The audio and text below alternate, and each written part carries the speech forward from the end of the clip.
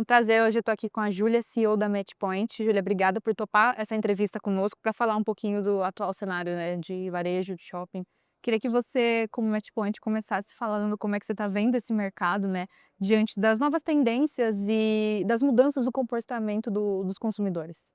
Falando um pouco que a gente escutou aqui hoje, né, e até, teve um outro painel que eu mediei com o André Freitas e com o Rafael Salles, e eu venho olhando muito para esse mundo de shopping, varejo eu sempre olhei, mas agora olhando para isso, você vê uma visão clara, né, de um comportamento que está mudando, né. Então não é só um lugar para você ir e comprar, porque hoje você consegue comprar na internet, você consegue comprar qualquer coisa, né, mas é um lugar para você ir com a sua família, ter um entretenimento, ir no restaurante. E o que que tem acontecido? O mix das lojas estão misturando, né, porque antes a gente tinha aquelas lojas âncoras para ancorar o empreendimento, né, e aquelas lojas, menores ali, as satélites para hoje você começou a diminuir, criou lojas menores que são mais, lojas com experiência, o consumidor está cada vez mais exigente, né, com essa experiência.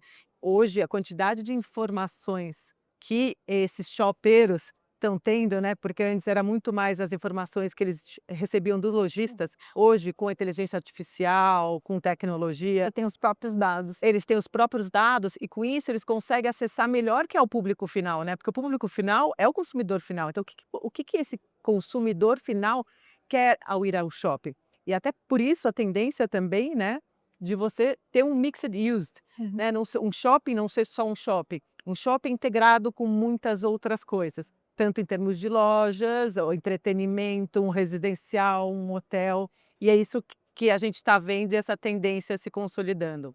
Legal, e falando um pouquinho, acho dessa mistura toda, a gente tem o varejo de rua, que especificamente vocês têm olhado com muito afinco o tema das fachadas ativas, né. E é um tema que tem ganhado destaque nos planejamentos urbanos e enfim, como transformar essa intenção, que a gente vê que é muito positiva, em uma realidade palpável e rentável no mercado, né. O que que acontece, pelo menos ao meu olhar, né, os chopeiros sempre conseguiram enxergar o varejo de uma forma correta, então a importância do mix é muito importante. O varejo de rua, ou a fachada ativa, é exatamente a mesma coisa. Ela é varejo e ela precisa ter sinergia entre essas lojas.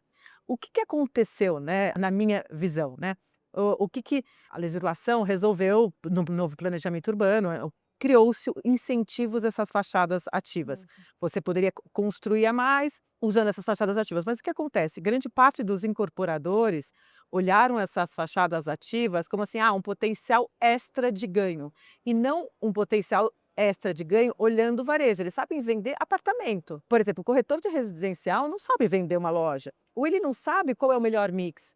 Isso desde coisas básicas, desde, por exemplo, talvez para aquele prédio um restaurante faça sentido. Não tem exaustão.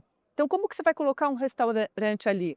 Lojas como farmácia, todas essas lojas de varejo direto, precisam de vagas de garagem. Essas fachadas ativas não têm. Então hoje, e eu acho que bom que veio esse tema no mercado, e você está vendo nos últimos tempos, né, falando muito disso, né, dessas lojas vazias, porque os incorporadores começaram a sofrer com relação a isso. O melhor dos mundos seria durante o projeto, eu analisar se vale, por exemplo, vale a pena eu fazer uma fachada ativa ali ou não vale? Se valer, por quanto que eu vou vender? E qual vai ser o perfil desse varejo? Que ele vai agregar ao empreendimento ou à região ou não? Conversar com o condomínio, porque na convenção de condomínio tem que permitir isso, conversar com os usos que foram aprovados, então todo esse pré-projeto. O que acontece? Hoje a gente já tem o problema aí de muitas. Então, o que que eu também venho trazendo a solução? É exatamente assim, você tem essas fachadas ativas, você tem já isso, como que eu vou resolver? Às vezes precificando. Você acha que vai vender a 20? Não, vai vender a 10. Você vai ter que investir, porque para um restaurante ir para lá, como ele não vai ter tanto público, você vai ter que investir no capex. Ou, por exemplo, olha, essa loja aqui não faz sentido nenhum, você não vai conseguir rentabilizar, joga para o condomínio e resolve. Aí o que que eu faço? Eu deixei essa loja pronta com um bom locatário, eu busco esse locatário e aí eu torno um produto bacana para vender para o fundo, porque os fundos, a quantidade de fundos, de renda urbana que estão aí querendo comprar bons ativos, é isso, eu vou tornar um bom varejo para o ciclo. Legal. E falando acho que nessa equipe toda que você mencionou, né, vocês estão ampliando justamente essa atuação no varejo. Hoje vocês já são consultoria imobiliária do RBVA, né, um dos maiores FIIs de renda urbana justamente. Você poderia contar um pouquinho mais dessa estratégia, desse movimento de vocês? É exatamente isso, tá? Uma das estratégias da empresa hoje é crescer nesse one stop shop de varejo e começando com as fachadas ativas. A gente fechou parceria com 2 incorporadoras aqui, tá? Para fazer esse pequeno teste e com a equipe, então a gente já tem 4 pessoas que são renomadas nesse mercado, para ideia, para concepção, para consultoria.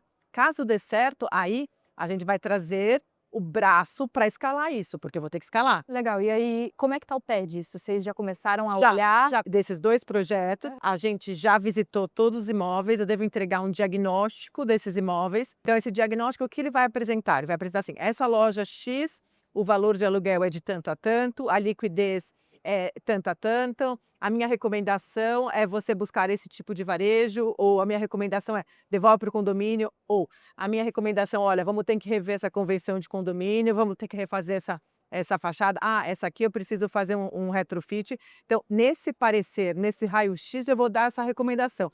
Dando essa recomendação, ele aceitando essa recomendação, aí eu vou fazer a estratégia de comercialização. Eu irei para mercado para fazer a locação e, posteriormente, a venda e gestão, inclusive. Legal. E tem outras estratégias e oportunidades que vocês têm visto no mercado além dessa? Hoje a gente tem mais ou menos 25 carteiras de famílias, a gente faz o asset management, que é a gestão tanto operacional como estratégica dessas famílias, né? Além da consultoria imobiliária do RBVA. Então a gente vem crescendo nisso, um grande diferencial da Matchpoint. Eu trabalho com parceiros no Brasil todo. Uma visão além de São Paulo, né? Muito, muito. E outra coisa que a gente está também investindo, que a gente também sempre fez, foi locação de escritórios em São Paulo, capacitando mais o time e crescendo, colocando mais pessoas para continuar fazendo isso. Legal, então acho que escritórios é algo que vocês estão olhando também e esse trabalho mais regionalizado no Brasil. Exatamente, assim, é varejo como um todo, escritório, principalmente locações, vendas a gente faz também, Sim. claro, e vendas Brasil todo. Legal. Não, perfeito, Julia. Obrigada por Obrigada a você.